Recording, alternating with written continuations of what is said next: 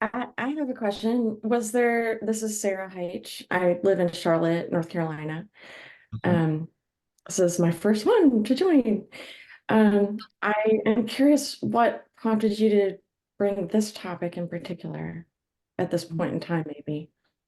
Hmm. Yeah, multiple chaoses might be one way of looking at it. And how many triggering things are happening in the world at the moment. And then visiting one of our clients in Dubai who manage branches from Lebanon right through to Gaza, through Saudi, etc., and looking at them in absolute awe and wondering how they can house so much turbulence and still manage to perform. So I think it was that thing that really got us thinking about managing kind of inner worlds. But as we all know, there's many traditions of this, including meditation and other forms. We're just having a coachy version. Thank you, Sarah. Do you want to answer? No, I mean, just to reinforce that, there's really absolutely nothing we can do about the turbulence of our context, really. We can only kind of manage our relationship with it.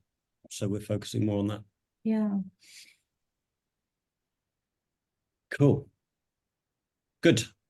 Any other questions? Yeah. Are there any other questions?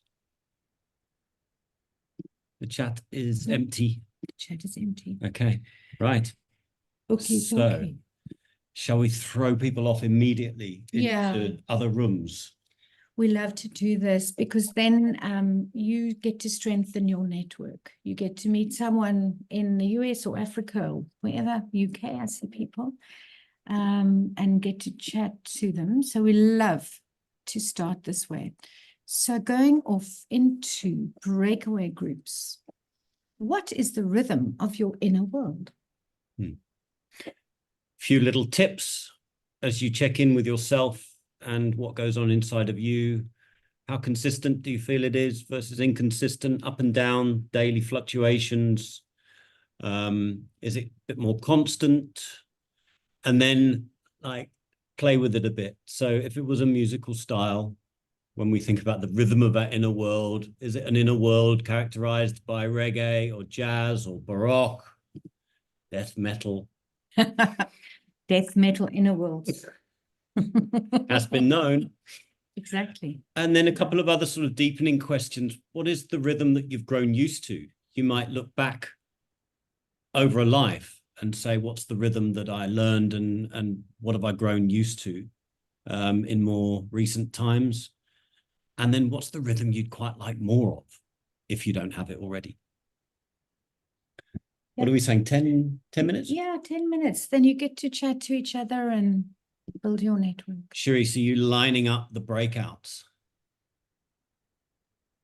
I must be surprised. I can't find the breakout button. So okay. Can I make it sign it to you? No. More. It's we have to stop sharing. Oh, do we have to stop sharing? Yeah. Do we? Okay. Go on, you drive. Yeah. It's your laptop. It's my laptop. Right. So, and everything has changed since we were last here. Update. Charisse, it's not coming through on my side either. Mine also just had an update and is not doing all sorts of things. Whiteboard, Really, breakout Tess? rooms. Yeah. It's not doing breakout rooms.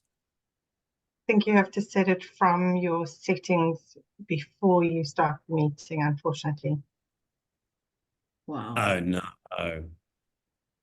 Really? Thank you for that information, Tessa. So just did that overnight? Yes, it has done an amazing update, which we didn't want and didn't ask for. Okay, so we are going to just roll with the unpredictability and stabilize your planning.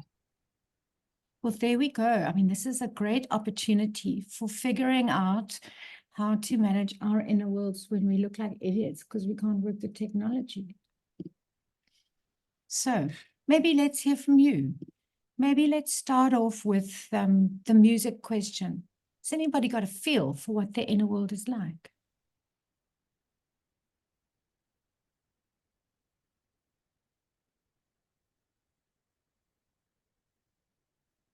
Maybe I'm a start. Yeah, Andrea, hi. Hi. So I'm from Kukard. Simon, I remember you and Julia from our Andrea. sessions. Yes, nice to see you again. You? Wow. Yes, things are much better this side. So I'm like on all musics except death metal, whatever that is. So yeah, I think the last time we met was 2 or 3 years ago when we did the Enneagram, and yeah, things were not great. So if I've understood the question correctly, there definitely are ups and downs, but my I'm far more up, and I find it's all linked to specific people and the energy that they give off and how they respond or don't respond and how they appreciate or don't appreciate. And I'm talking largely in the workspace. So I at the time was finding things quite difficult. I had a boss I was reporting to that we just didn't see eye to eye. And that situation changed towards the end of last year. And let me tell you, the music has changed. It's amazing now. So if I don't know if that helps, but yeah, it really Fantastic. does depend on people in your life and also how you respond to it. But I tried so many different ways of trying to respond differently, and I was met with unpleasantries in every respect. So it became quite hard for me. But the problem has gone away, and now things are so much better.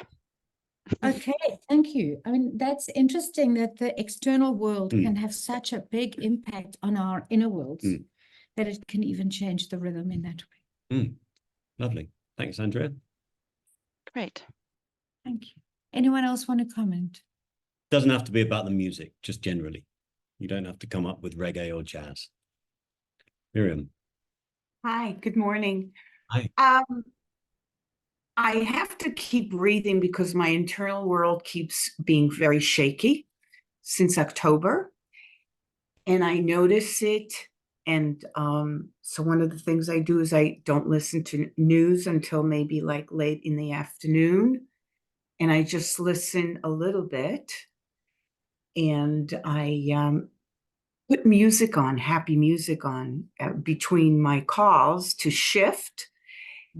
And I walk in the woods a lot so that I can, even in the winter, I kind of hang out under a tree, which always helps me shift my mood. And so I'm working on constantly balancing my stories and just really, what do I need to focus on right now? And then I give myself time to just meander in my head and then come back. So you're consciously playing with your inner rhythm all the time. Absolutely. Absolutely. Like last night, I went to an event where there was this 97-year-old Holocaust survivor, and she talked about Auschwitz. And I was like, why did I do this? But I felt like it was important to go to a community event. And then I started reading jokes and silly things and looking at photos, happy things, so that I can even sleep. So I'm consciously, continually, and it seems very hard to do that. So one of the things I do is I'm reading a book on things that I normally wouldn't, so that I could get my head out of my head. So I'm reading a book on witches. So one of the trilogies, so that I can shift completely into a world that I'm not really thinking fully, like crazy. Lovely. I think that's amazing. What a level of agency around how you curate your interaction with the external world. So I make a conscious decision not to look at the news. I change my state by changing my location. I go walk in the woods. Yeah. It's incredibly mindful curation of what comes in from the outside. Yeah. And hard work too. It is, but I noticed that I wasn't getting anything done for a while. I was like just stagnant, and that didn't work. So cool, thank you. And Dana, where are you? Oh, I'm here. Okay. I am in Virginia in the US, if that was part of the question. I would say that my state is ups and downs, generally reasonably consistent. I'm not a peaks and valleys kind of person, although I have had peaks and valleys. But the thing that I wanted to share is that I just started a new series of a Dharma class, a practitioner group that I'm in. And the theme of that class this time is equanimity. And they just gave us a wonderful piece of homework that I'm finding really useful, is that we need to notice when we are feeling that things worked out the way we wanted them to, and then sort of what's the feeling state and what's the physical state around that. Then like being aware of times when things don't work out the way we want them to, or hope them to, or wish or desire or expected, and what's the emotional state of that. And really then trying to like put some emphasis on what they were talking about, trust in the path and the Dharma path. But I also felt like trust in myself and in my own resourcefulness is really important. So I'm just really getting a lot from this practice, that particular practice of noticing. And of course, well, not of course for me, I'll say for me, when things don't work out the way that I have planned or I want or I hope, then I just go into places that are not great for me. Yeah. So also working quite hard on your inner world, working to kind of separate the immediacy of the outer world's impact on your inner world through some practices, ways of thinking. Yeah. Interesting. I'm not sure if one can ever do it. I seem to have a heavy metal inner world where I'm triggered by so many things in the world. And it's quite hard to stop that coming in and be disciplined around it, like you and Miriam are doing. Cool. Should we have a look at the slides? Yeah, unless there's any other comments, questions. Oh, I wanted to pick up on Tyler's chat. Eddie Vedder. Eddie Vedder. Are you listening to that song called Society, Tyler? Because I find that incredibly depressing and absolutely uplifting all at the same time. I couldn't have described it better myself, yeah. Okay, just checking. If I want to make myself cry, I'll listen to that song, let me tell you. Yeah. It's very peaceful as well. True. Yeah. Okay. Right. Okay. So let's continue. So we just wanted to do this in a very informal kind of way, provide a very informal menu of the kinds of things that might trigger us. So emotional events change our inner worlds. Context. We heard Miriam say she goes into the mountains to reorganize. One of these physical factors that follow are also incredibly interesting because they have quite specific effects on our inner world. I mean, things like dehydration are actually much more important than we consider. Sex, having a hangover, being in menopause, being hungry, tired, or thinking neurodiversely, all of these things can influence the rhythm of our inner world. Mental illnesses, triggers, and small everyday irritations and burdens. And I particularly love the last point because it's that I grapple with most. The small irritating things in the world which seem to feel like they've been done deliberately against me. So that gives you a hint also about how to separate the world and the inner world, is to not necessarily take it personally, perhaps like I do. Simon, do you want to say something? No, I'm trying to sort out this meeting room, breakout room thing. So what is a trigger? Triggers are anything that reminds you of a past experience, belief, or feeling and gives you a strong emotional reaction. Triggers only trigger us when we have a matching internal trigger. So there's some stuff that we don't get affected by because it's not on our list of hot buttons. The bit that I love most here is that triggers point to a need for healing and growth. And I love that because that's a very positive framing of triggers. So if we look at triggers and they create these excited inner worlds, we now know that this is an area that we need to explore. We need to heal and grow. Anybody want to say anything about this? No? Right. Now, have you managed to solve the problem? It's not happening. It's not happening. This is deeply embarrassing, but we will roll with it. Because luckily being competent or incompetent is not such a big trigger for me on account of knowing how technologically incompetent I am. Okay, so let's have a discussion in the group. Do you think I should have it with the screen or not? Yeah. Okay. So let's have a think about the triggers that most affect your internal world. We're going to do this in the big group.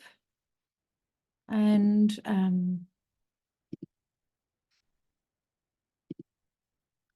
so what of these are triggering for you?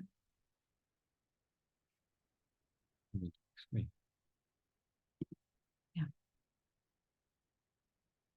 These are just a whole lot of points here. You don't need to connect with them. And they're just prompts. Like, what are yours? What are your triggers? What are the things that get your inner world hackles up? Lee. Hello. So I'm getting slightly triggered by your saying that you are technologically disadvantaged, because actually that might be a self-limiting assumption. Yay, Lee. Thank you. So you get triggered by other people. Things have changed since the last time you used. I suppose I'm doing a little rescue here as well, and also knowing about my own stuff with technology. I get triggered by it. So I'm just saying, be kind to yourselves. You didn't know that the Zoom thing had changed. It's all good. Thank you, Lee. Thank you. I love it. I love being rescued, and I'm one, and that's kind of you. I'm just also wondering if it's useful to explore this as a trigger. You know, people putting themselves down. We're getting a lot. Yeah. Yes, so not enough sleep. Yeah, exactly. Those physiological necessities. Yeah. Dana, falsely accused. Inconsiderate people. Yeah.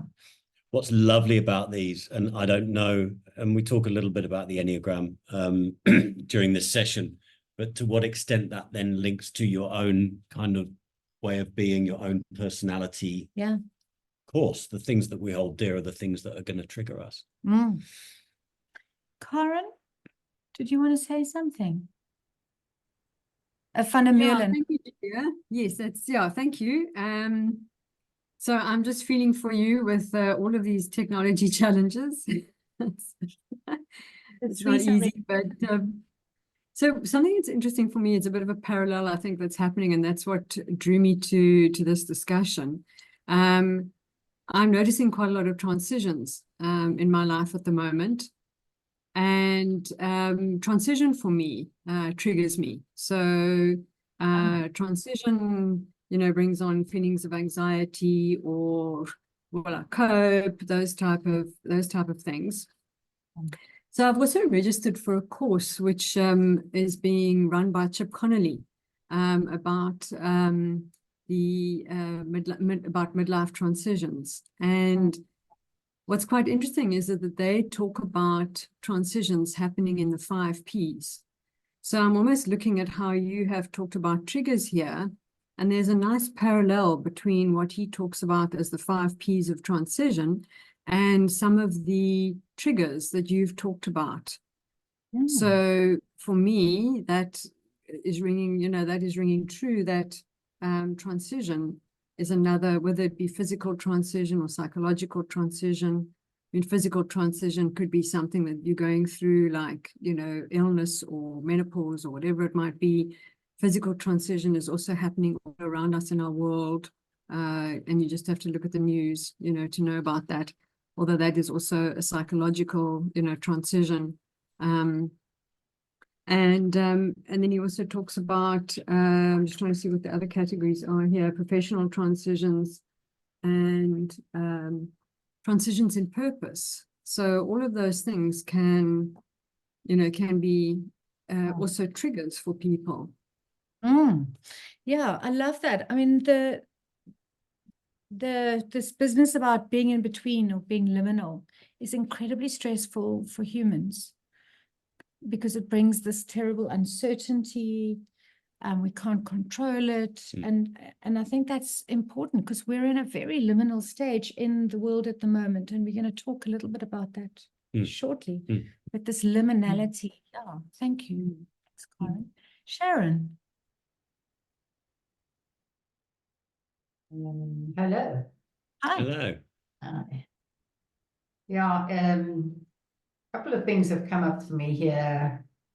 One is I'm definitely and actually always have been triggered by needy people. Okay, maybe it's the 8 in me that just, well, we could argue, hey, Julia, 8, 6, Yeah. 8, 6, but it's 8. And I'm sticking to that. So needy people do trigger me. I can see them a mile away. I can see the way they walk. I can hear the way they talk. I can see the expression on their face. And it's a, do I go towards or do I walk away? So that's the, I guess it's like any trigger. Do I go towards it or do I choose? Because I have a choice as to what I do with that trigger. So that's the one. And the other one is interesting, and I think it's probably because of where I am in my life right now. I don't think that aging is an internal dynamic at all. Well, it's not for me. Let me put it that way. I don't talk about being old, but I know many people younger than me who talk about being old and getting old. There is an internal and there is a very real dynamic around aging that has, I've been working with this now for probably 18 months, 2 years. The trigger was seeing what younger people in my community, and everyone's younger than me in the community, okay? At least by 15 to 20 years. Seeing what they're doing and getting that trigger of, what am I doing? And it literally has taken me probably close 18 months, 2 years to say, they're doing what I've already done long ago. And so that's really been a journey around that that trigger, because it got me for quite some time. So Sure. that's my offering. I love that, Sharon, that, you know, we get irritated with it out there in the world, and then we process it and we settle it in ourselves. I love what you were saying, you know, that business of changing life. I'm going to watch for this one, because I kind of think I know, I understand what you mean. Young people getting on when maybe some of us are closing off or slowing down. Yeah, and it's not even a slowing down. It's just a simply, you know, people are discovering the names of these wonderful people, and they're very excited about this. Fantastic. I was doing work with their stuff 20, 30 years ago. So it's hard. I've got over the fact of actually saying that.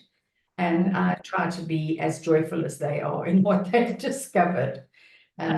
Yeah, so that's a very real dynamic for me. And it's quite a lonely place, because there's not many people in this world that I find in my peer group that are experiencing that. Wow. So thanks for the prompt. Yeah, I'm experiencing that with my own children in the realm of music, when they come in and tell me about this fantastic band that has just been discovered called Dire Straits. I grew up on that shit. Yes, exactly. Suzanne, thank you. Sharon, Suzanne. Hello, I'm speaking from Boston, USA. And what triggers me most, and I'm fighting against it, is where our field is going with AI and the various measures that overpromise incredibly how great they are, how wonderful, when the substance and the quality is very low. And I think that will only increase with increasing AI. And I'm trying to remain calm and say I leave it to the next generation and all those lovely things. But it gets me really riled up. And speaking out, yes, but it doesn't going to change anything. That's the thing, the commercialization of developmental theories and all the work you also do is a danger that's now real. It wasn't like that 40 years ago. So that's my trigger. I love that, because it's one of my triggers, and this idea that AI, if not worked with cleverly, might homogenize the whole world. Yeah. Terrifying. Yeah. Yeah. Sounds like you've got, at least in part, a position of semi-acceptance, Suzanne. It's like, I can't change it, so now what do I do? We speak up here and there. And also, I've been considering writing a blog for years on all the little triggers, you know, on watching television and seeing all the car manufacturers showing their car racing through unspoiled nature. Just watch and see how many are that way. Tons of little things like that. I know they're ridiculous in some ways. And again, I feel helpless. I can't influence the advertising industry, but at least speaking out or putting it in a small blog might get some other people saying, yeah, that's true, that's they're actually doing. Yeah. Or advertising medications, and in the US, all the ambulance chasing and legal promises, you deserve to get the maximum money for your injury. Just think of what kind of world we live in, where we deserve to be. Bad luck has always been, and injuries are part of life in many cases, and not necessarily requiring restitution or the kind of you deserve. That there's lots of things that rile me, and on the other hand, I feel music-wise, that was a wonderful question. I really feel totally Baroque, Bach in particular, complex, beautiful, soothing, and also exciting. And just the whole Baroque world music is still the best to me. I just thrive on it, inner and out. They're just absolutely balancing. So, yeah. How do you stay Baroque when it's death metal outside? I don't even know, just that probably because I'm old enough to have gone through enough up and down and sorrow and joy to have some equanimity, to use that word. And some love for just being human and how difficult it is to be an adult, how difficult it is anywhere to be a human being, and how privileged I am in some ways. Look at the war zones and just, yeah, some gratitude, I suppose. Yeah. Thank you. We're going to touch on as well kind of the state of the world in terms of where we're at as a civilization and the kind of inexorable advance of unbridled neoliberalism, which we seem to be in the midst of, and the fact that we are actually exactly where we're supposed to be for the point at the civilization that we find ourselves, which is both quite worrying and quite relieving. We'll come back to that. Thank you. Thank you, Suzanne. There was a hand. Was there a hand? There was a hand. No? And then did it go down again? Went down. Okay. Okay, cool. Okay, quick Right. check on the chat. Anything? Yeah, no, despite AI, yeah. Ah, Entitlement, yeah. this is a real problem in the world, this entitlement thing. It's so fascinating because it's not always linked, it doesn't always come from wealthy people. It's really interesting. You know, and not just entitlement about money and whatever, but entitlement about love and a good life. Okay, that's opened a can of worms. Let's move on. Could turn left into generational theory here, but I suspect. No, yeah. Let's have a look. Okay, so we thought we would spend a little bit of time just using a bit of Enneagram and a bit of adult development theory. Just something around different Enneagram types and triggers. Maybe if you know your Enneagram star, just check in with yourself here and see the extent to which this may be true for you.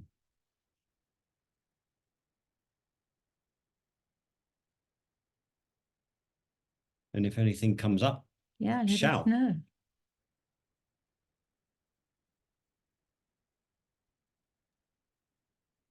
Yeah, I am a one. Yeah.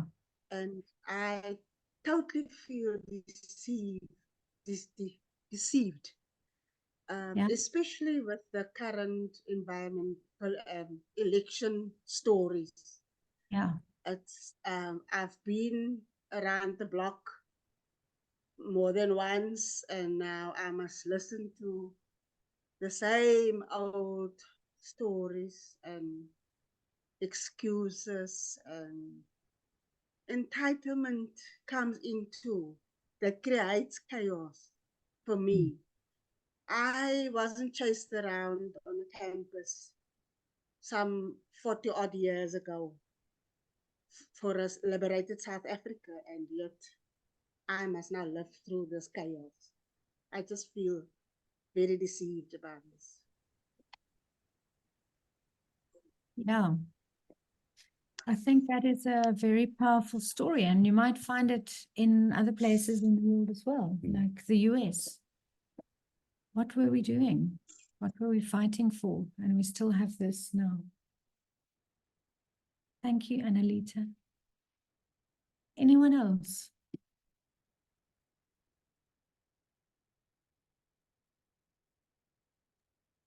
I want to Yeah. come in here. Yeah. Oh, there goes the other five. Did you also say that?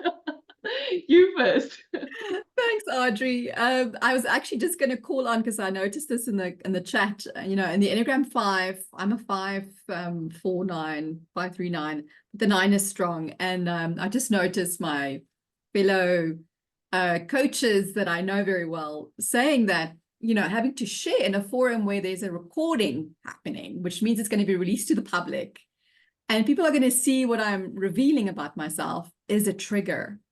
A lot of things have to happen before I can, you know, share. I have to know who you are. I have to, you know, all these things. So I just wanted to bring that in as an extra discomfort or trigger that can, yeah, just bring it in. Audrey, I'll hand over to you.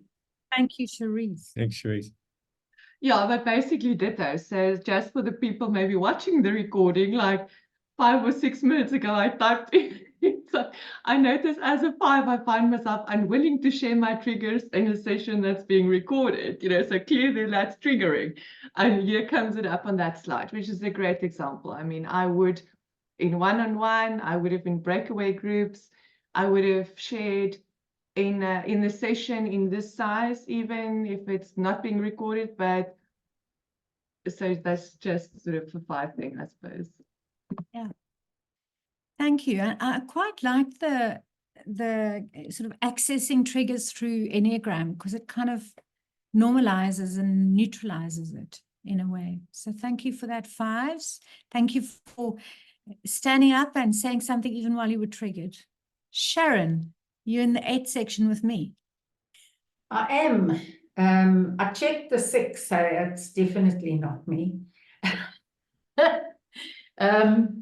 So yes, so it's quite interesting because I think there's also, it depends where you are in your life. So I mean, when I was heavily in corporate, that people not taking responsibility was like, you know, that was a real trigger for me. Most of the time I was in a position to do something about that.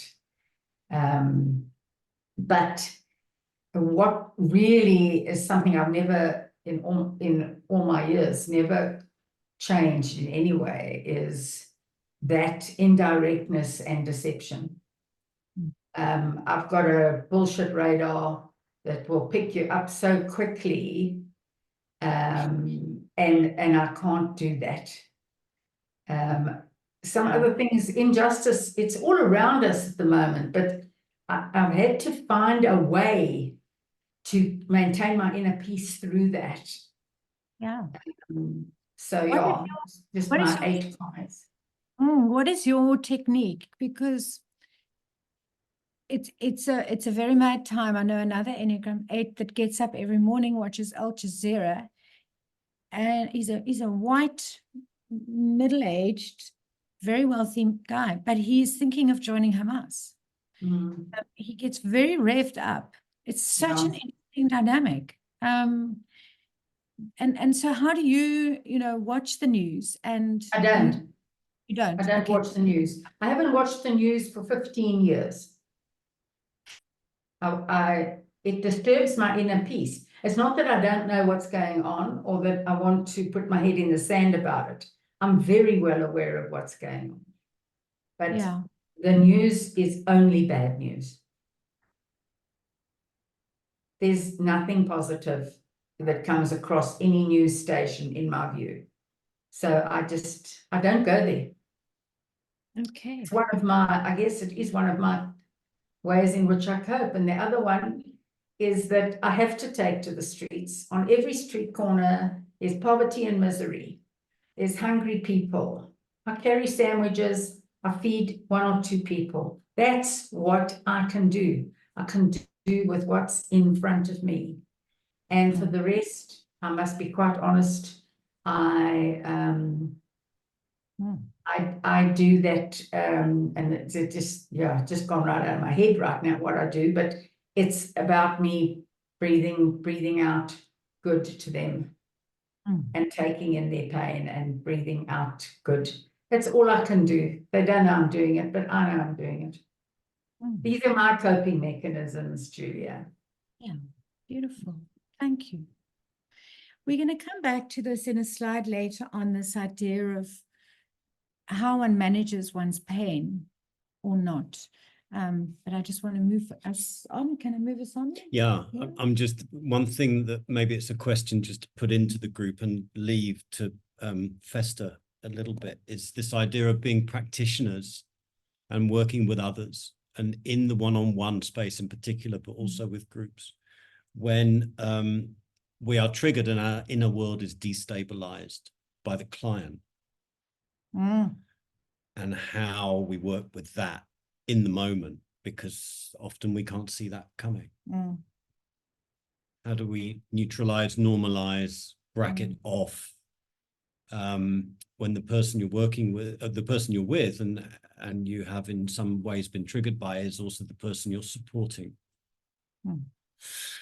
Just leave that question there for now. Maybe we'll come back to it. Very, very common. So we thought it might be fun just to also try and see if we could find some triggers according to maturity level or adult development theory. So obviously there's many, many names for the different stages, and not all of you are trained in this, but I think quite a few have got this.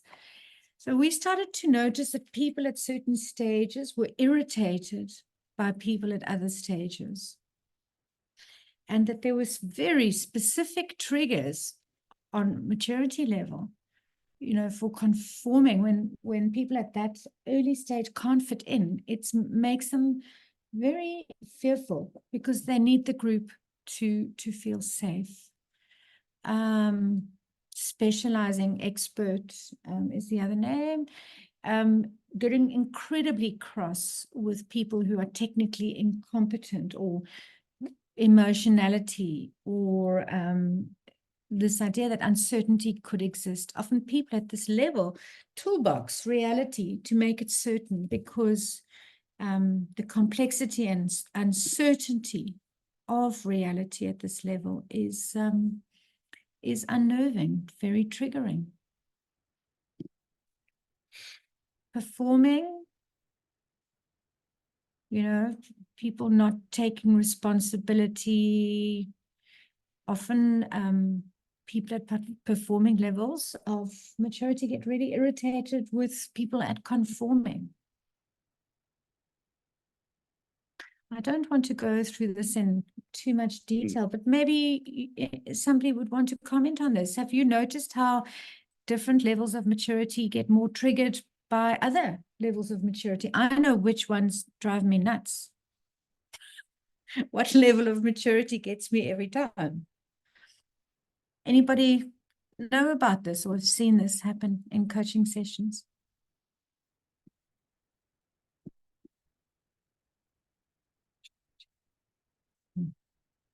No?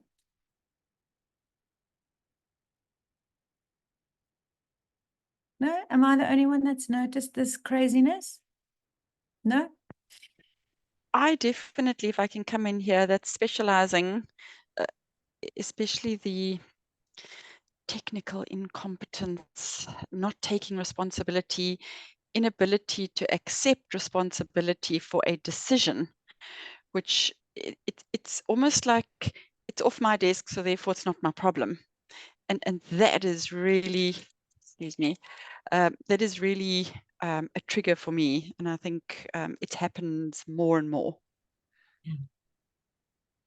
Yeah. And you see that a lot in technical businesses, where people think all the problems can be solved with this technical solution, and then, you know, throw their hands in the air and say, well, what happened?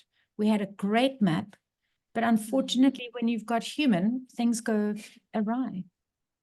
Yeah. Yes. This win-lose attitude, and the just looking for technical solutions, not considering the human element. And so did you realize, do you know where you are on the map? And Andrea? You didn't. Sorry, I'm not sure what you mean by on the map.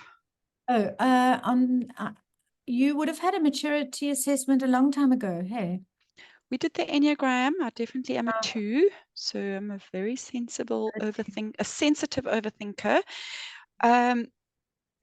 Yeah, I'd have to go back to it. Yeah, we've got those reports. Yeah. Anyone else want to comment on this? Lamise, we've just seen you come in. I'm new to the maturity levels, but I do notice how a lot of technical incompetency comes through for me. Also, lack of long-term strategic, and also the unjust. So I'm kind of spread all over. And so I'm wondering if that's maybe something to work on internally. But just noticing as I look through the maturity levels, how a few of each is poking out for me. Cool. Well, why don't you come and get an assessment, and then maybe we can help you place. Simon is saying you've got, okay. Yeah, we just looked on the database. So yeah, Clara, thank you, Lamise. Audrey and So Clara. Julia, yes, thank you. I'm interested in something that you've put on the slide over here, that performing is irritated by conforming behavior, internalizing is irritated by specializing behavior, but then strategizing is both. So I see that it's kind of missing it misses a level. And I'm wondering if, I mean, I think our triggers sit in our subconscious, exactly as you said before. There's an internal trigger to an external trigger, or an external trigger something internally. And I'm wondering if it's because, well, maybe I should just ask you, why is it that it skips a level? Yeah, I am just playing him, and I would love a hard and fast pattern, but I couldn't find one, and I felt it would be unethical to wedge one in when I couldn't find one. And maybe I just need to spend some more time looking at it. But these are the patterns that I see. You know, people at later stages with a bigger version of the world often get irritated with people at earlier stages where their world is much smaller and excludes the humanity bit, which is what the people at later stages appreciate the most. So I was sort of looking at that pattern. Was mentioned in the chat as well. It might have been Lee, I forget. Somebody said that they're triggered by either or thinking, black and white. Right. Typically tend to find more of that at earlier stages of development. So people at later stages may find that slightly irritating. Question, how do you work with it? How do you work with it? Well, this is all about being a coach and arriving and finding your client incredibly triggering, deciding what to do. Yeah. I think noticing it is the first step, Simon, because when you notice something, you can make a conscious choice. But if you don't notice that trigger, it's very difficult to work with it. And I think this is where self-work for coaches and therapists is just so damn important. Supervision, still frightening how many people in this field are not pursuing that. Yeah, exactly. And so walking into sessions with all their triggers ready. Wow. Exactly. We do it too. Now there's Audrey, Abongile, Karen, and Miriam, and Sharon. Audrey. Yeah, I think there's a lot in here, certainly, you know, and for me, it was interesting, perhaps like a year or two ago, I realized I had to go back and forgive my younger self or less mature self over the years for the types of things that I've done, you know, because of this. Now, specifically, I could remember more than one incident, really, but from years back when I was still a management consultant and way before coaching. But I was in performing stage then, and I got so irritated with someone in specializing stage that was reporting to me and like contributing to my project that I said, really, I did. I feel terrible, but I said, what you wrote has no richness in it. My grandmother could have told me that. You know, I mean, I can laugh now, but I felt terribly funny, and I had to get, I'm bad, and I had to like get some coaching to like forgive myself for my former self for that, you know. And another example maybe 3 years ago, which is a different level then to where I got so frustrated with someone who just wouldn't leave politics out of the conversation time and time again, and we're not seeing eye to eye, extremely ethnocentric, and I shouted at her, and I threatened to throw her out of the house, never to invite her back in again, and this is family, you know. So sometimes it's very relevant that, like this slide, how things can, yeah, it's just. Yeah. Thank you. Cool. Thank you for that, Audrey. Abongile? Hi, everyone. I have a question. I was wondering if, maybe your background, where you grew up, or things that you have experienced in the past could have, an impact, on what triggers you. The reason why I'm asking this question is, as I'm looking at these different maturity levels, what triggers me the most is injustice, and inhumanity and bullying. And now I am actually trying to link these into, where I grew up, for example. Growing up as a Black person in, apartheid South Africa in rural areas, there was a lot of injustice. There was a lot of, inhumanity. So I'm wondering if, the fact that I feel strongly, about, or feel triggered strongly, by injustice and, inhumanity, could have, a link to where I grew up. And then another one, bullying. I grew up as a very overweight, child. So I was bullied at school. I was bullied, growing up. And I feel very strongly, against bullies. For example, I remember, in my previous job, for example, I didn't see eye to eye with the CEO because I felt that he was a bully, and I could not even, pretend that I liked him. He knew, that I didn't like him because, of the fact that I felt that he was a bully. So I'm wondering if, those experiences, could have an impact on why I feel so strongly triggered, by those particular, aspects like injustice, inhumanity, and bullying. Thank you. Of course. And I guess the follow on to that is, and then what do you do when you are triggered? This is a discussion about stabilizing inner worlds. Then what are the kinds of things that you can do to stabilize when you're under those circumstances, given how incredibly viscerally they must be felt? And I'm kind of a white British man who's living in South Africa, and I don't have that history in my bones. And I can't imagine what a trigger it must be when that history is provoked by the outside world in that way. Do you even want to stabilize your inner world at that point, actually, or just want to go in righteous anger? Yeah. Because more than condoned would be righteous anger, given the brutality of the history. How do you work with that, Abongile? When you meet bullying, when you meet injustice, when you meet an absolute abuse of power, which was very real? You know what, with my previous job, I worked in the social justice sector. And, I always wonder, if I went into that sector, specifically because, I was trying to deal, with those triggers.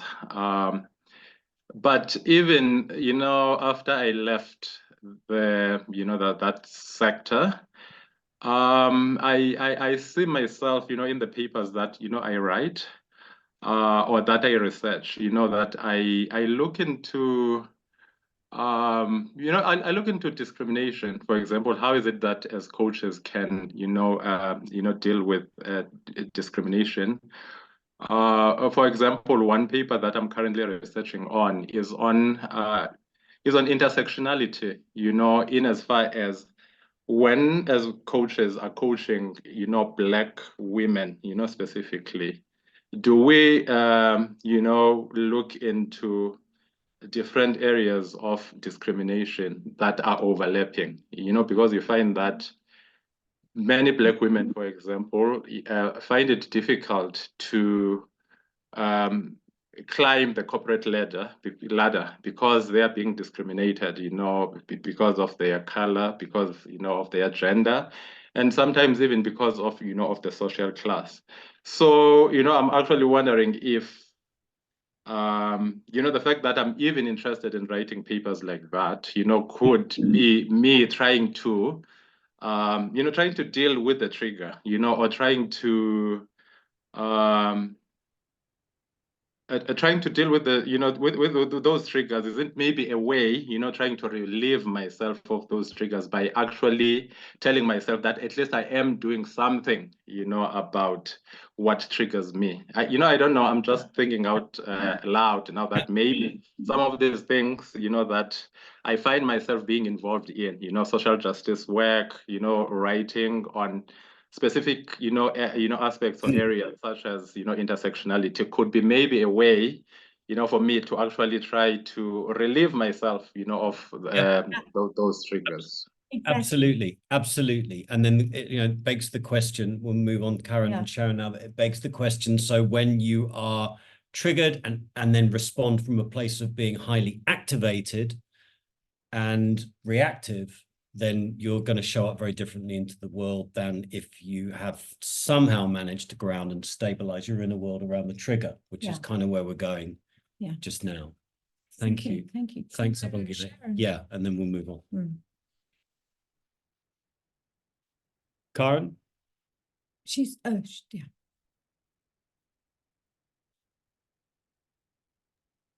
There she comes. Okay, hi. Sorry for joining the meeting late. I just found it interesting to look, because I'm an Enneagram 7, and when I did this adult maturity, which was last June, I was at the performing level. That was where my center of gravity was.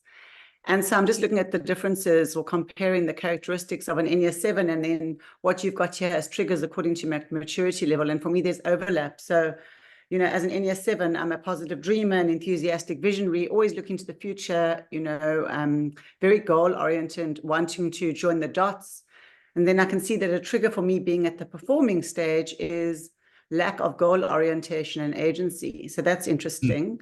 And then another sort of similarity is as an Enneagram, what else was it? Oh yeah, obviously being very positive dreamer. So I'm always looking on the bright side. I'm looking at the glass half full. And then a trigger for people at the performing stage is too much negativity. That is a huge trigger for me. People being around people that are just so negative and they just can't focus on the positives, because I'm always looking for the positives. So I don't know, that's quite interesting for me. Cool. Nice. Thank you. Sharon? Move. Yeah. Did you want to say something? Oh. Quickly, it's just a question for you, really, and that is, there's a theory that says if you spot it, you've got it. Yeah. Okay, so that's a trigger. If I see it, then I've got some relationship with it, and if that is the case, and I believe it is. I mean, the first time I heard that, I was like, what? I'm none of those things. But anyway, I've since learned a little bit differently. But there's a quote from Pema Chodron that landed very strongly with me when I did a program with her a couple of years ago. And she says, our neurosis and our wisdom are made out of the same material. If you throw out your neurosis, you also throw out your wisdom. So I'm curious what you think about that. Definitely. Makes absolute sense. Yeah, I'm just sort of playing with that as a possible polarity or not. I mean, we talk about neurosis maybe as another word for anxiety, and existentialists say that we have to live with anxiety. We have to live with anxiety. It's a great motor to get us into action. And non-pathological. But I also think for me, when teaching and coaching leaders, you never want to clean up their charisma and normalize them. I think the more... And some of that comes from neuroses. Yes, Yeah. exactly right. I think sometimes neurotic leaders make great leaders. They're memorable. I mean, obviously they can also do a lot of damage, but I do quite like the idea of your neurosis and your wisdom are the same. Thank you for that. Something to stew on. Okay, thank you. So let's have a look at some more things around. Some more things around our outer world. Our outer world that are triggering at the moment. Well, I mean, it's probably triggering at every stage. But this is taken from, okay, it's one slide of contextualization, which says that the outer world actually at the moment is in incredible flux and many say decline. So there's been a lot of theory and research done around the how civilizations are born, develop, and die. There's a guy called Sir John Glubb who wrote a book/paper, I would say it's more of a paper, The Fate of Empires, where he pulled together a lot of research around various empires, so Ottoman Empire, Persian Empire, Arab Empire, Roman Empire, Greek, the rise and fall of Greece. And the thing that this research found is that pretty much every civilization goes through the same stages. And there are 6 of them. And what was incredibly interesting was that out of all of this research and all of these different empires and civilizations, they lasted between 207 and 267 years. So actually, it's pretty damn accurate, this thing, like within plus minus 60 years, every civilization is lasting almost the same amount of time and goes through these stages. And what's important in this is to say where we are. So, I mean, very, very briefly, the stages, the 6 stages, the age of pioneers is where the kind of courageous people, the innovators are taking up the mantle of experimentation and discovery. Think Christopher Columbus, think Marco Polo. The age of conquest is around military might, basically. Conquerors are out there and they're taking over lands and they're pushing out weaker nations and they are eradicating cultures and installing their own.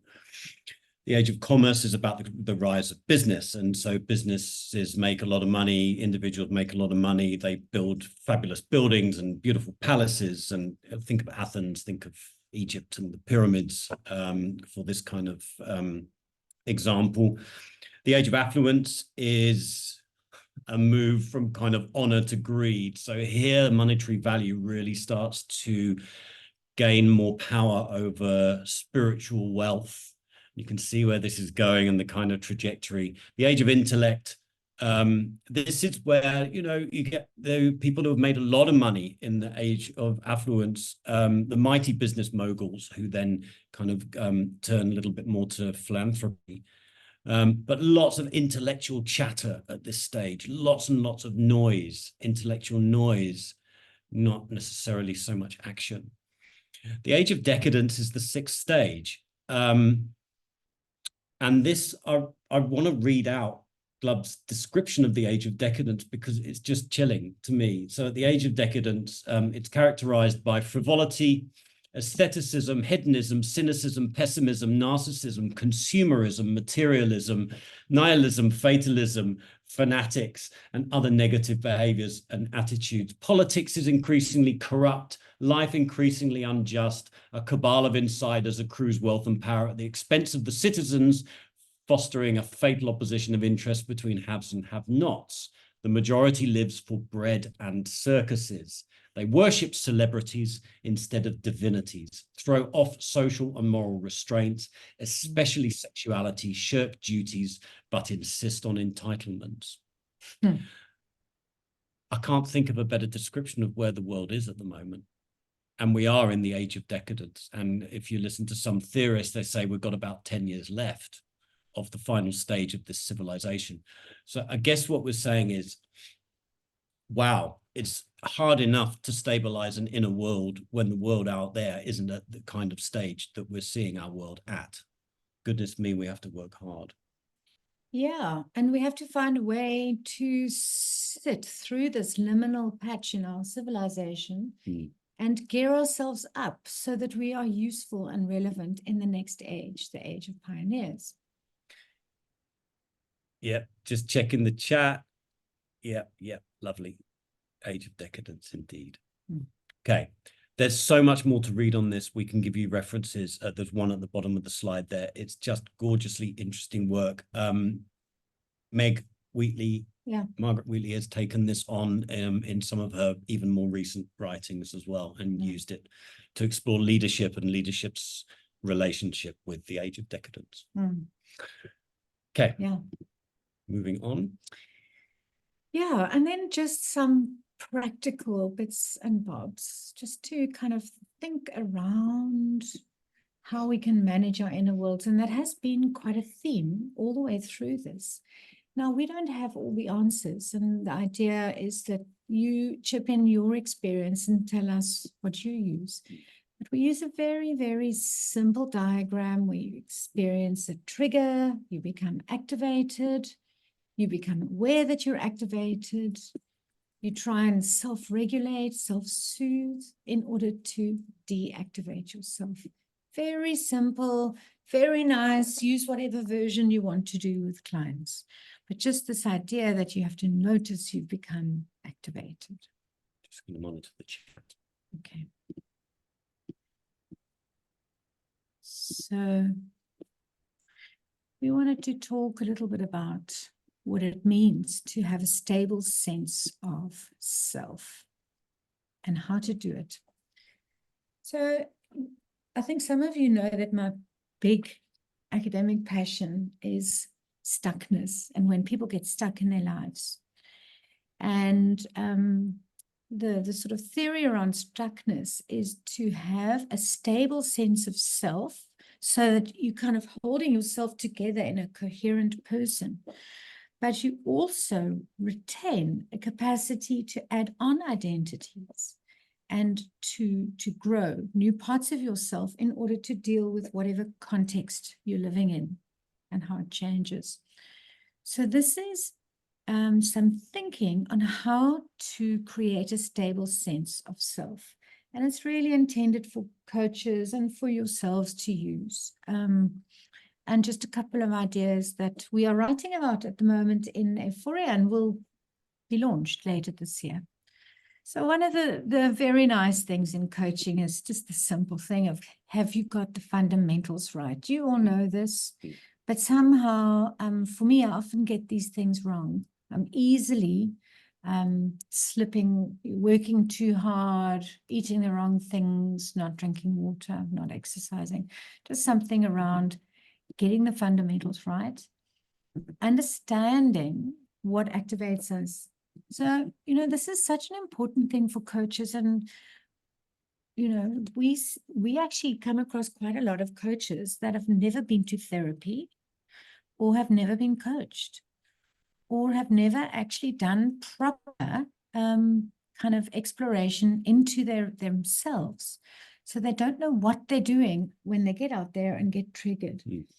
In the UK, I think they're more strict about supervision, but I think in South Africa and the US, a lot less strict. And so coaches don't know what triggers them, and that undermines their practice.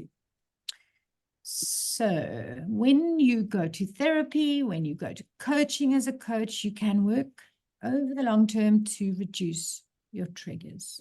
And I think you all know how this works. You go back, you do some archaeological excavation, you follow the activating points, look for your hot buttons, and you try and work through things. And I think we know that.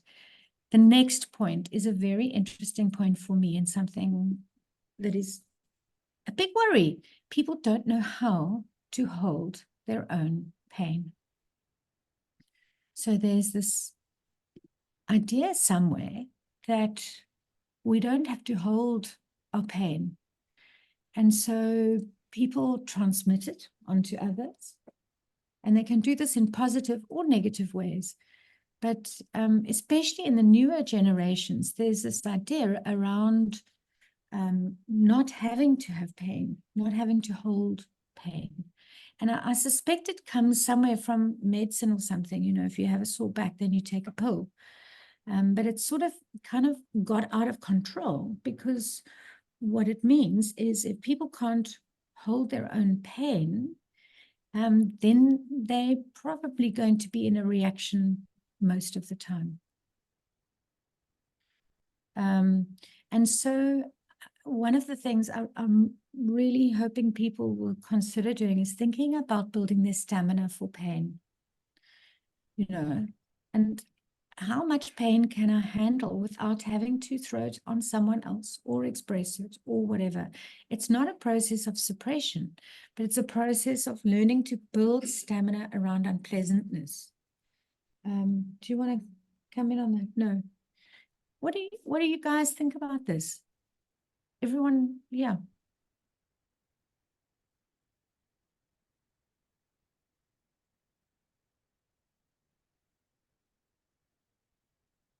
Slightly controversial in some ways. Yeah. Miriam, were you? Kim. Oh, Kim, hi. Yeah, I've been listening to a really interesting podcast recently called The Energy Blueprint, and they've been talking about trauma and trauma in mitochondria and things like that. And that stamina for pain has been a theme in things that I've been listening to. And things I found interesting are like the cold water exposure and little hacks like that sort of help you to build stamina for unpleasant experiences. Yeah. Yeah, it's lovely. Love that. Because we seem to spend our whole life just trying to make it nicer for ourselves. So our capacity to handle pain is reduced. And every time we get exposed to pain, we can overreact. Obviously, I'm not talking about in deeply pathological instances, but I do think that people don't know how, it's like an old-fashioned art, how to hold your own pain. I think we can narcotize or externalize. Yeah. And the world offers opportunities for both. Absolutely. Every day. Yeah. Sharon? Yeah, just, you know what, if we think of the role that language plays and think of how much our language speaks to being comfortable and how we have to keep people comfortable. This is our role as coaches, you know, not, but for ourselves as well. So I think, you know, what I love about what you're saying here, learning how to hold our own pain better, all of this is about building capacity for discomfort. Mm. So think of the role that our language plays, and what we always talk about is being comfortable. Yeah, I love that. Are you comfortable with this? You know, is this conversation comfortable for you? So just watching, being aware of the narrative around comfort. Yeah, because if we never build our capacity for discomfort, when we go into this crazy world, which is going to be very uncomfortable, we're going to lose our head, literally and figuratively. Exactly. And if I can just quickly say one thing, because your focus and the words you've used has been about coaches. So if as coaches we're not doing that work, then how on earth are we going to support our clients? Yeah. Yeah. Yeah. Exactly. Thank you. Rickers. It seems to me, or it has always seemed to me that the ability to manage pain of self and others is a primary aspect of growth, of maturity. I would imagine I would look for that as sort of gradually increasing with the stages. Yeah. But yeah, so I'm sort of intrigued by looking at it as a distinct skill that potentially one can sort of work on orthogonal to that general progression. Yeah, I like that. I think, yeah, and it is a skill we can work on. Absolutely. Thank you. Karen. So, Julia, just to your point around how generations now don't have the capacity to hold pain, I'm wondering whether that the way we live these days of instant gratification, whether that has contributed to not being able to hold discomfort. Because if you think about it, there is a level of discomfort in having to wait for something, especially something that you might be attached to, or something that you're looking forward to. And the waiting periods are so diminished these days with anything. And I just wonder whether that isn't part of this not being able to build that resilience for pain. Yeah, absolutely. And that combined with the promise in allopathic medicine that you don't have to have pain. Try these opiates. Okay. It's a very interesting debate and something quite curious to play with inside yourself. When you go out, try and figure out what you're going to do with the pain when a beggar irritates you at a traffic light. What are you going to do with that? Or when you, whatever, there's many irritations in a day. How do you work with your own pain so that you can keep the melody inside you a little less volatile? Then there's this issue of self-soothing and self-regulation. We've done quite a bit of work on this in various organizations and on ourselves. And it's so curious that people don't have that many self-soothing techniques. They're quite limited. Often they involve drinking or sort of narcotizing, but there's quite a lot of people who use breath work and meditation to self-soothe, and some other work that people do in the moment when they are triggered. I find it such an interesting thing just in myself, and I think I'm like jolly grown up and that I can handle my own pain or soothe it or regulate it. And then I find I'm in a blind rage because I can't soothe myself adequately and have to take the pain to someone else to soothe. It's an interesting thing. How much are we responsible for self-soothing? And how much, and you need someone else as well. And when you look at all the attachment kind of research on how children grow up and whether their parents help them self-soothe or find ways, and for the children that didn't get contained and didn't learn how to self-soothe, how it's very difficult for them to cope with pain. And then you see leaders losing their temper, going crazy.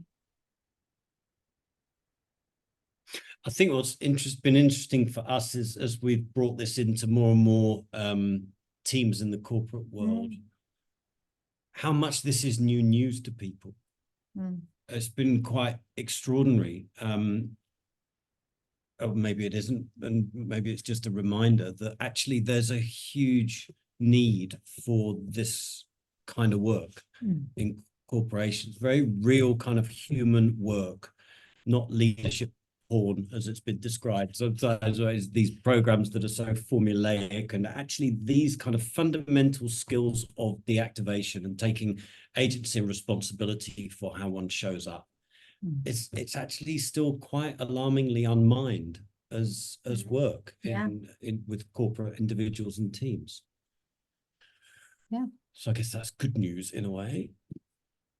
Any comments out there? No? Yeah, and then lots in the chat. Yeah, lots in the chat. You chat, I'll read. Okay. Yeah, addiction, Andrea. Yeah, there are attempts to self-soothe when the medicine becomes the disease. Yeah.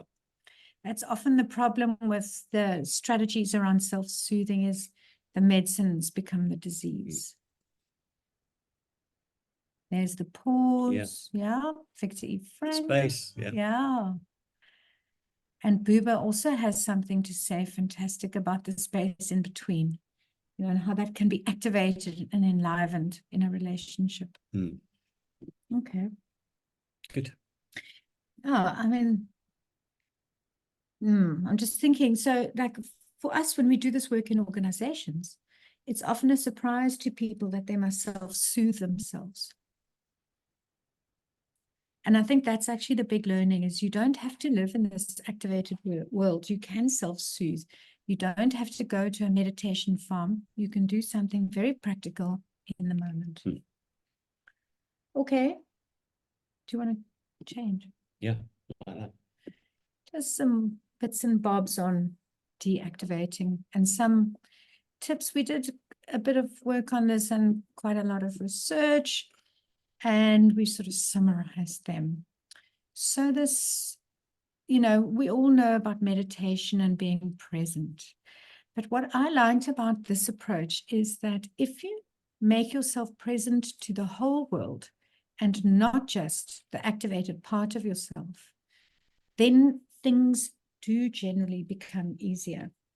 So there is this technique for panic attacks, which is 3 things I can feel, hear, or see. Pulling up pleasant visuals, moving your body so that it changes how you are in it. And I think you all know this. I mean, I feel like I'm preaching to the converted here. Let's have a look. Yeah, I mean, the other thing about the self-soothing that is so interesting in terms of corporate people is how harshly they speak to themselves, how their relationship with themselves is really tricky, and that there's kind of a belief that if they self-criticize, they won't make mistakes or they will get ahead. And so they build this incredibly critical voice. It's not even Enneagram bound. I often see it. It's like it's a technique to stay safe in organizations. If I self-criticize enough, I'll be safe and I'll get ahead. But what happens is the relationship with oneself becomes really bad. And that ultimately is going to keep you in a state of activation all the time. This thing of self-criticism has come up so many times over the years, and there's so many techniques to work with it.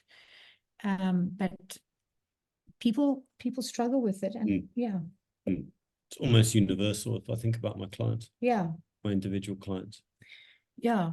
So then, like, how can you have a relationship with yourself that enables you to come through these activated spots and still be okay? Yeah. Comments, questions, thoughts? How are you doing?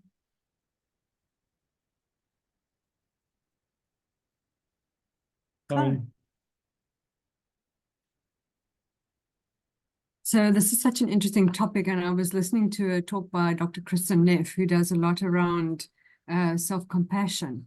And she was saying that that inner critic, we often have that inner critic to motivate us. And as you said, we feel like if we attack ourselves, we're safe from everywhere else, or from being attacked by somebody else. And she was saying that self-critic actually gives you a double dose, because now you are the attacker and the attacked. So that is just so harming, for one. Wow. Yeah. Sure. And cyclical. Chilling. A double dose. Yeah. Linda, hello.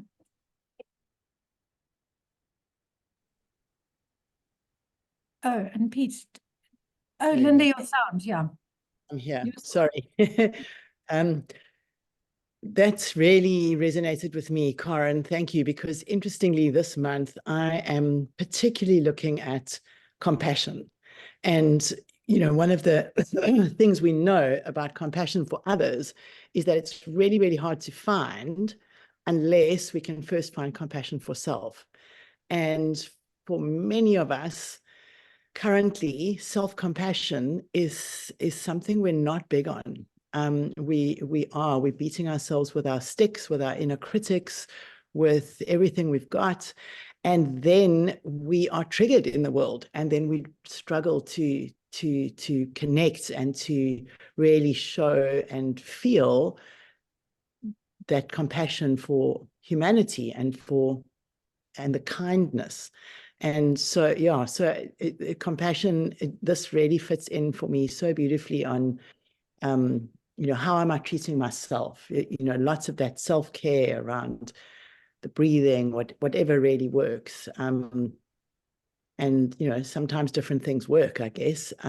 But if I can find more compassion for the parts of me that are not working well or that I'm not enjoying at the moment, then I will be able to project that into the world better. That's lovely, Linda. You know, if we're going to go into more wars, and if they activate us to the point that we can't find compassion, we're in a really bad position. Such an important survival thing that you talk about. Thank you. Abonkile. Thank you. You know, I wasn't sure whether to raise this, but I thought, I mean, this is a safe space, so as controversial as it might be. But I was actually just thinking in my mind, you know, the role of spirituality, you know, in trying to deactivate yourself. You know, I know that not, you know, everyone is spiritual or religious, but I think, you know, some people find hope and find calmness, you know, in reading a religious text, or, you know, going to a religious service, or praying, or, you know, or you know, doing, you know, all the you know, the spiritual rituals, you know, for a lack of a better word. So I thought maybe, you know, I could raise that up as well. Thank you. Beautiful. Yeah. Absolutely right. Pete and Lee. Pete and Lee. Yeah. Thank you. So, afternoon, everybody. Just so much being raised for me today, but the thing that I feel useful to share in this one is, and it comes from the body of positive intelligence, but the difference between judgment and discernment, and how judgment is raised as coming from a negative emotion, and discernment is coming from a position of compassion for the other person's perspectives, which could include your own multiple perspectives, connection, we're in it together, and curiosity. And I've found that quite a useful lens, both for self and for clients recently. Very nice, useful. Discernment. Thanks, Pete. There's quite a lot of you in the Eastern Cape today, unusually. Gugu, Abonkile, and Pete are all within spitting distance of each other, but you don't know each other. Anyway, carry on. Andre, you must be up there as well somewhere. Lee. Lee. I'm also here. Ah. Eastern Cape. Eastern Cape. Port Elizabeth, yep. Okay. Oh, that's Andre. Yeah. Yeah. Not Lee. Yeah, she's Simonstown. Yeah. Cool. Thank you. Lee. Yes, I just wanted to say thank you for the contribution on faith. I'm always amazed at how people who do have a belief system cope with that. So thank you for that reminder. And yeah, not wanting to stereotype, but I'm noticing a trend with my C-suite women. There's so much pressure on them to perform, to achieve. And the syndrome I'm seeing is one of hurt people hurt others.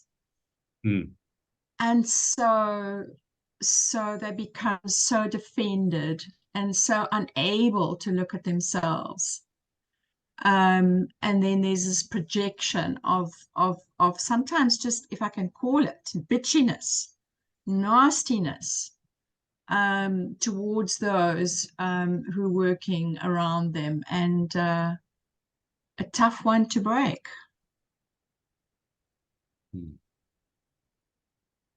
Yeah. It's interesting, hey? And totally right. I mean, breaking, you have to do, you work with it. Hey, Lee, is that what you're saying? But people, it's too hard to go there into that trigger. It's too painful.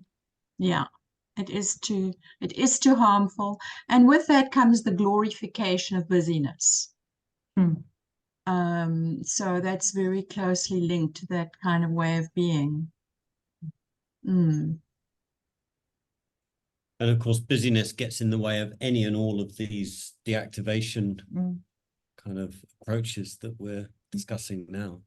Yeah, it fits in with the distraction bit. When we're busy, we don't have to stop and look and we don't have to see the pain we cause. Okay, it's just a few more bits and bobs.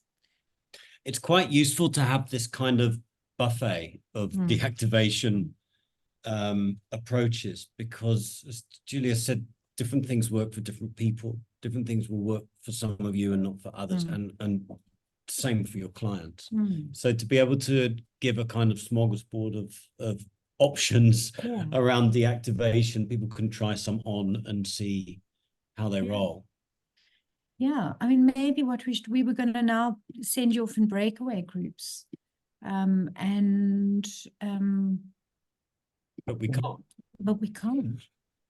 So maybe we can have a sort of a broader conversation. Has anybody got any great self-soothing or deactivation techniques? Squeezing your feet in your shoes, pinching your bottom. What do you do?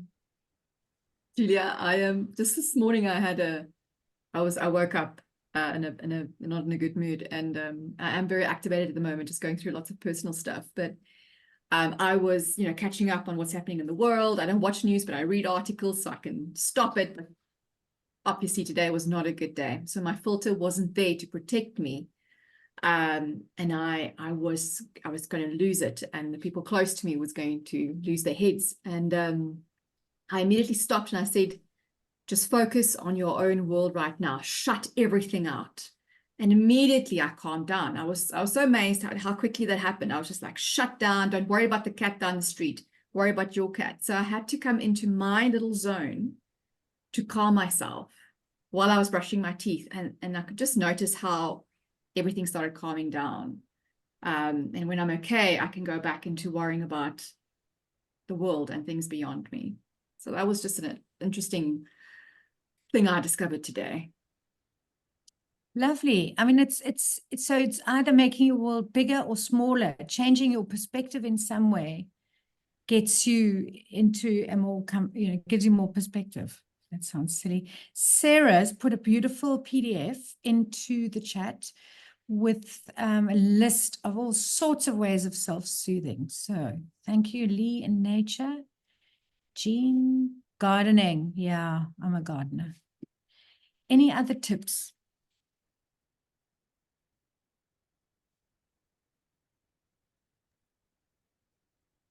Crochet. Sorry? Crochet. Crocheting, yes. Very good. Oh, yes. Also, yeah, stops eating, drinking, and smoking as well. It's an all-round winner. Yeah, but you can still watch TV and crochet, and you can listen to audiobooks and crochet. Beautiful. Thank you. Karen. I mean, just stepping outside and barefoot going on the grass and feeling the grass, whether it's wet, if it's just rain, that's beautiful. But just being out there and being grounded, literally, that for me is really soothing. Yeah. Do you guys use these techniques on a regular basis? Karen, do you? It's just so curious to me. I want to know, do we all need to use these things every day? Is that the state of our inner worlds? Yeah.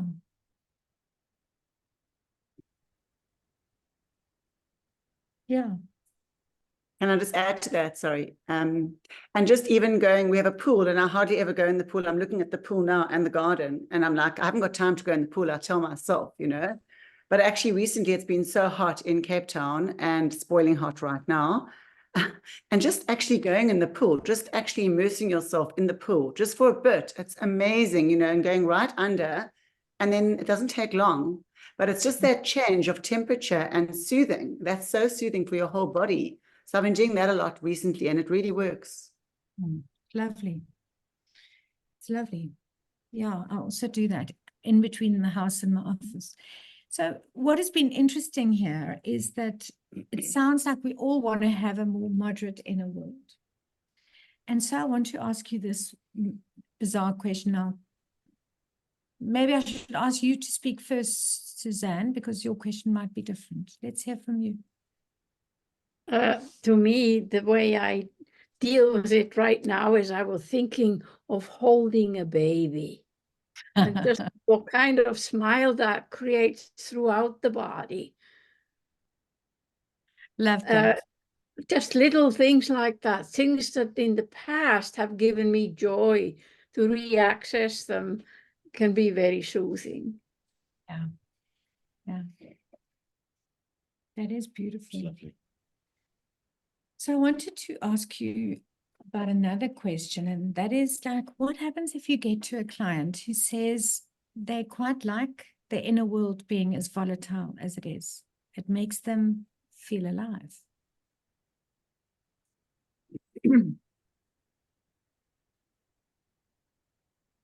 What happens then? Different people like to live their lives at different paces. Well, if I can say this, that if I'm working with my client's agenda, then it's not my role for the client to change that. Yeah. So that's not, it's a different matter. The client is coming to endeavor to change that. If they're enjoying it, then let them enjoy it. Yeah. It's an interesting debate because also you get the neurodivergent lot who naturally have to run at that wild pace. That's what makes them feel okay. And when you're not doing that pace, it gets depressing for them. It's just interesting. And what role coaches must play in this, because also you know, people burn out more easily when their inner world is more volatile. So if you want to support them to stay in jobs longer and be more sustainable, this even inner world is important.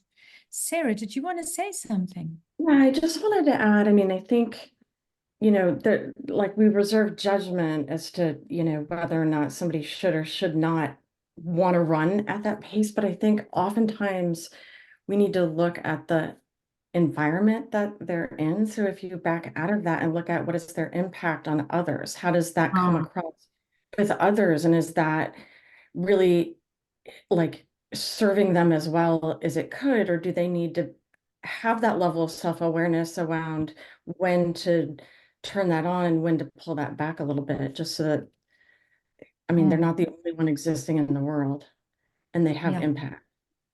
Exactly. Thank you. Great point. Thank you. Annalita. Yes, I would actually just recommend people to be authentic. I think it's very tiring if you have to keep up appearances and conform to groups all the time.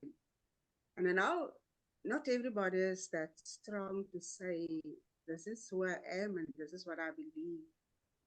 And I think it's okay for me within the group. And I do have something to offer as I am. Yeah, I think I would encourage people to be more courageous and just trust yourself, being yourself. I love that. And we find people are operating in contexts of such danger in corporate life, and not physical danger necessarily, but certainly psychological danger and risk. And it's a hard one, that authentic position. Only one wrong word away from your next career limiting move. Yeah. Okie dokie. So maybe we should just end a little bit early today with a checkout. Yeah. How should we do that? Anyone want to say anything to check out?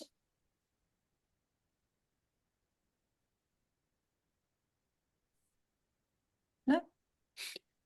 I'd be curious just if anyone has any feelings around that question I posed earlier. So now that you've been, have you come for yourself or have you come for your work with others? Where does this go now? Both. Yeah. Definitely both. Yeah. Yeah. Thank you, as always. Thank you. And thank you everyone for coming today. We've changed the format of supervision. So just one of these online sessions a month, and then other interactions happening as well. You will get mailers. Also, if you want to have a look at old supervision mailers, have a look in the Aephoria YouTube channel. There's a lot there on all the subjects we love to talk on. And our LinkedIn page. And our LinkedIn page, yeah. Good. Thank you so much. Lovely to see such a wide, diverse, geographically spread, interesting, deep, mature group of people. Thank you. Sending you all love Yeah. wherever you are. Have a lovely day or night. Keep coming, keep in touch. Yeah. Thank you. you. Okay. Thank you. Thanks, everyone. Bye. Thank you.